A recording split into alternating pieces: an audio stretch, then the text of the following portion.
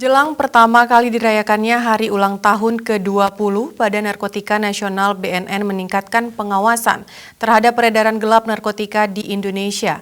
Salah satunya adalah dengan meningkatkan upaya pemberantasan penanaman ladang ganja di Aceh Besar pada Selasa 15 Maret 2022.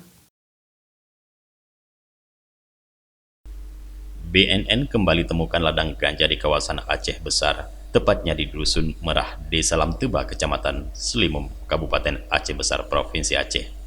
Dua titik ladang ganja seluas 8,013 berhasil diidentifikasikan pada ketinggian 438 dan 462 meter di atas permukaan laut.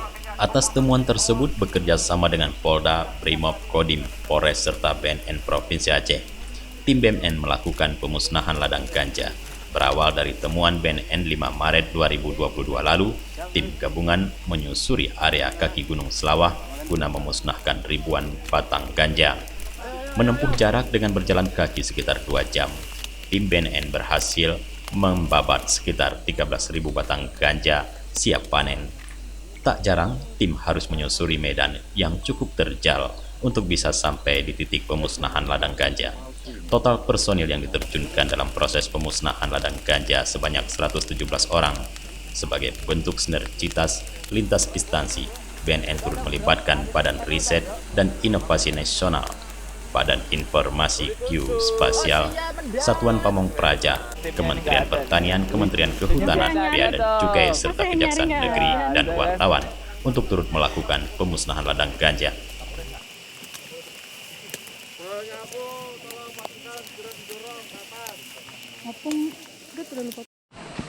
Upaya yang tengah dilakukan BNN ini sesuai dengan Pasal 111 Ayat 2 Undang-Undang Nomor 36 Tahun 2009 tentang narkotika dengan ancaman terhadap pelaku berupa hukuman mati atau pidana penjara seumur hidup.